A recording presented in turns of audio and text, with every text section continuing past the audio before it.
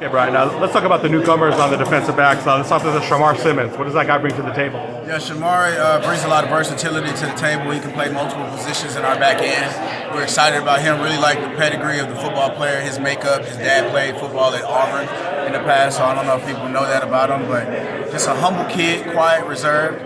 But really at Austin Peay, if you watch his game versus Alabama, really did a lot of intriguing things on film. So to get that guy out here, he's a guy we're definitely fired up about. Another defensive back, and you're probably familiar with him even more, Xavier Alford from your days at USC. Looks like this is a guy that's genuinely happy to be a Sun Devil, even though he's coming from a Pac-12 rival. Sure. Zay is my dog, man. He's an unbelievable leader. I think he's a future leader of our secondary.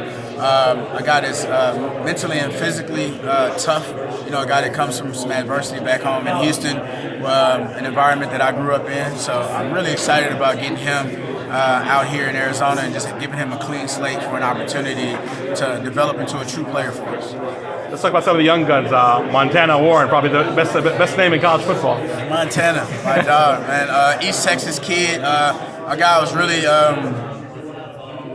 hyped about when I was at TCU. A raw player, but has a lot of ability from a defensive standpoint. Playing free safety for us. Him being an early enrollee is huge for us, so that he can get acclimated to the college life. But he's a guy that I feel like was a steal for us, and we'll be excited to see him progress and develop as a Sun Devil. Sometimes I feel like San Diego football doesn't get really its due respect, but one of the best players in San Diego this past season, Josiah Cox. What do you like about his game? Josiah is a thumper. A guy that brings a lot of energy, really like his personality, really like his demeanor. And he's a guy that wants to work. You know, he's coming off a labrum surgery, so he'll be rehabbing this spring. But I'll be excited when we get Josiah back fully healthy, because that guy's going to lay the boom. All the way from Florida, Sean Ross. What do you like about him? Yeah, Sean Ross, really competitive. Really like the pedigree and makeup of kids that come from down south. You know, especially Florida. You know, being from Florida, you know, it'd be good to get a lot of Florida boys on this roster. Just a super competitive kid, and I feel like getting him out here in this environment is an environment that he's going to thrive in. I hope I'm pronouncing this name right. Keontez Bradley? Keontez Bradley. Yes. Okay. Yeah, Keontez is a super intriguing kid, you know, son of a coach. You know, his dad is the head coach of Mansfield High School out there in Ohio. I'm really intrigued by his metrics. You know, he's a long guy, you know, long arm, long limbs, really impressive track times. You know, sub 11 second 100 meter dash, you know, sub 22 second 200 meter dash, about a 48 second quarter meter runner. So you're getting a high level athlete in the program. A guy that's not afraid to put his nose in stuff. Just really excited to get that body type in this program and, you know, put him with our strength and conditioning coach and see what happens in the future for that kid. Lennox Lawson, a local kid, maybe didn't play that much DB, but just really a great athlete when you watch him on film. How do you think he makes that transition from being a very good wide receiver in high school to now defensive backs in college? I think he'll be great. When you look at his measurables, when you look at his height, weight, speed, plus, I mean, he's a 23, 24-foot long jumper, so this kid is explosive. And I feel like coming from that offensive side of the ball and switching over to the defense is going to give him a lot more comfortability on that side, because he has some ideas of what the wide receiver is trying to do to him from his background at wide receiver.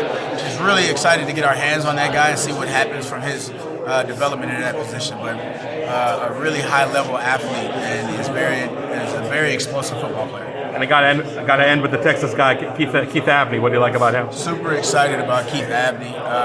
Hard worker, a guy that wants it, a guy that's going to put the work in, doesn't shy away from hard work. This is a guy that plays really in the SEC at Texas. You had two teams in his district that won a state championship. So a team didn't even win district, but went on to win a state championship. So you talk about a guy that played both sides of the ball, over 100 snaps of ball, super competitive, played offense, defense.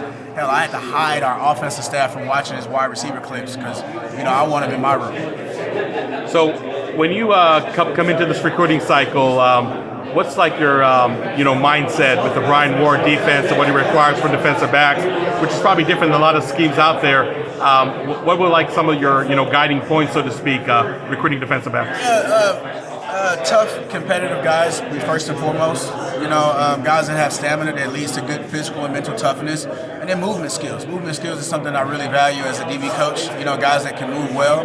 You know, it's all about feet in Brian Ward's defense, but it's a defense you got to get your hands dirty playing corner. You got to be in the run fits. You got to show up and run support. You got to thump. It's not just covering.